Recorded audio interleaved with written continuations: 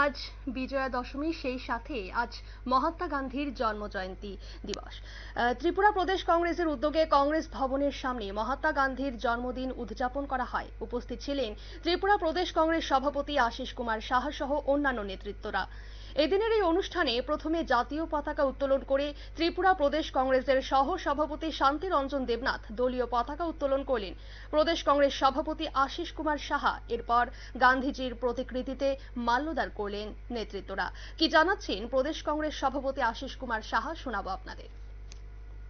পথকে অবলম্বন করে সমগ্র দেশের মানুষ যেমন স্বাধীনতার সময় ব্রিটিশের পরাধীনতা মুক্ত হওয়ার যে শপথ নিয়েছিল, যে গণ আন্দোলনে যেমন সামিল হয়েছিল, স্বাধীনোত্তর ভারতবর্ষেও অহিংসা এবং সত্যকে আঁকড়ে সমগ্র দেশবাসী দেশের ঐক্য সংহতি পথে পরিচালিত হয়ে আসছিল। বর্তমান ভারতবর্ষের যে অস্থিরতা,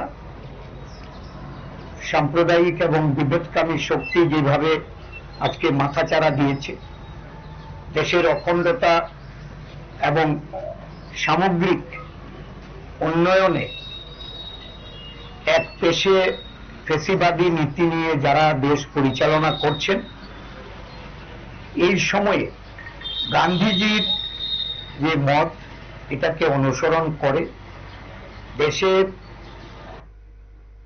আপনারা শুনলেন প্রদেশ কংগ্রেস সভাপতি আশিস কুমার সাহার বক্তব্য।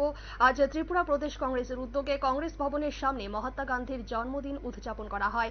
উপস্থিত ছিলেন ত্রিপুরা প্রদেশ কংগ্রেস সভাপতি আশিস কুমার সাহা সহ অন্যান্য নেতৃত্বরা। নিয়ে নিচ্ছে ছোট্ট একটি বিজ্ঞাপন বিরতি, সঙ্গে থাকুন।